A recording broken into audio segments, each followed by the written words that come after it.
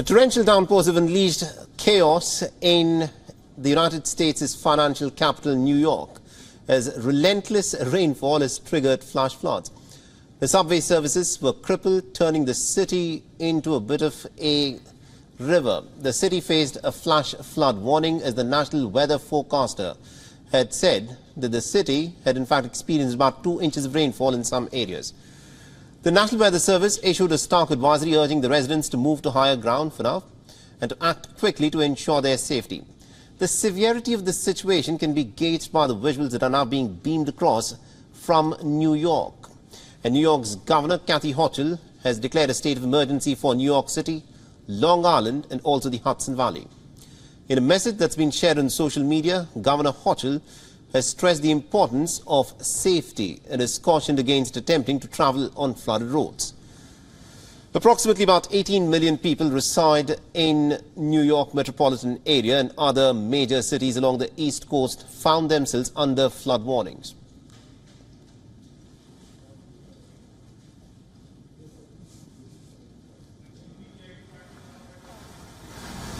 All right, to give us more information in terms of what the situation at this moment is like in New York, we're being joined in by our correspondent Susan Tehrani, who's in fact joining us live from New York. Susan, bring us up to speed with what the situation is like out there. I think, Mohammed, the images that you see behind me speak for themselves. It's really a flash flood as we're speaking right now. I tried to put an umbrella on my head. I tried to open it, but the more I try to put it up on my head, the wind sort of pushes it back, and it's very hard to control. So it's not only the flooding, it's also the wind as well. And what concerns many is right now the fact that, a lot of homeless shelters are really maxed out. Then you have the migrant crisis here in New York, which has really, put a dent in how the city handles situations like these, notably those that need to be indoor, the elderly. We know hospitals have been flooded as well. In terms of transportation, as of now, about half of New York's subway line, which is really the lifeline of New York City, has been halted. Buses are operating, and that's because children did go to school today. Mayor Adams was asked if he knew that this was going to happen earlier in the day,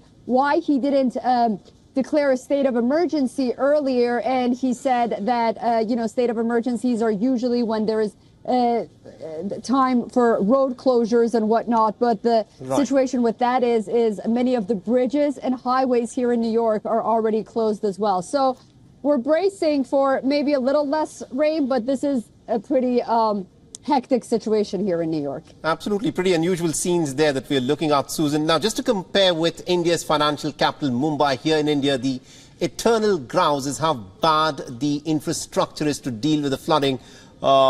This is something that not a lot of people have seen, flooding in New York. How frequently does it happen? Yeah, floods like this reminded many of the hurricane that happened here in New York about 2 years ago. That was very, financially costly. On the one hand, infrastructures were really, they came down as well. But at least the government here in New York, the local government, is saying that they're somewhat more prepared. And this isn't as bad as that. Right. And it really isn't. I mean, at least what we're seeing right now, it's not hurricane conditions.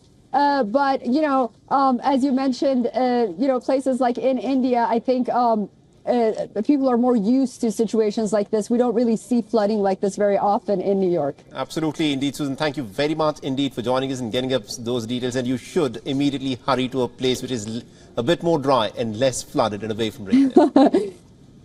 Thank you very much indeed for joining us. Yeah, you got it. WION is now available in your country. Download the app now and get all the news on the move.